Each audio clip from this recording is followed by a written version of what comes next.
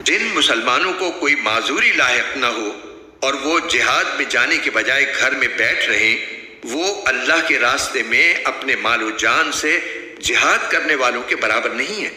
جو لوگ اپنے مال و جان سے جہاد کرتے ہیں ان کو اللہ نے بیٹھ رہنے والوں پر درجے میں فضیلت دی ہے، اور اللہ نے سب سے اچھائی کا وعدہ کر رکھا ہے، اور اللہ نے مجاہدین کو بیٹھ رہنے والوں پر بڑی فضیلت دے کر بڑا ثواب بخشا ہے، یعنی خاص اپنے پاس سے بڑے درجے اور مغفرت اور رحمت، اور اللہ بہت بخشنے والا بڑا مہربان ہے۔ جن لوگوں نے اپنی جانوں پر ظلم کیا تھا اور اسی حالت میں فرشتے ان کی روح قبض کرنے آئے تو بولے، تم کس حالت میں تھے؟ وہ کہنے لگے کہ ہم تو زمین میں بے بس بنا دیے گئے تھے۔ فرشتوں نے کہا، کیا اللہ کی زمین کشادہ نہ تھی کہ تم اس میں ہجرت کر جاتے؟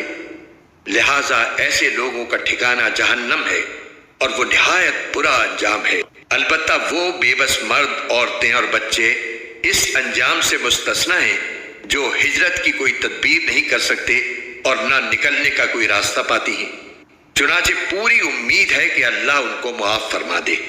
اللہ بڑا معاف کرنے والا، بہت بخشنے والا ہے۔ اور جو شخص اللہ کے راستے میں ہجرت کرے گا وہ زمین میں بہت جگہ اور بڑی گنجائش پائے گا، اور جو شخص اپنے گھر سے اللہ اور اس کے رسول کی طرف ہجرت کرنے کے لیے نکلے پھر اسے موت آ پکڑے، تب بھی اس کا ثواب اللہ کے پاس طے ہو چکا، اور اللہ بہت بخشنے والا بڑا مہربان ہے۔ اور جب تم زمین میں سفر کرو اور تمہیں اس بات کا خوف ہو کہ کافر لوگ تمہیں پریشان کریں گے، تو تم پر اس بات میں کوئی گناہ نہیں ہے کہ تم نماز میں قصر کر لو۔ یقیناً کافر لوگ تمہارے کھلے دشمن ہیں۔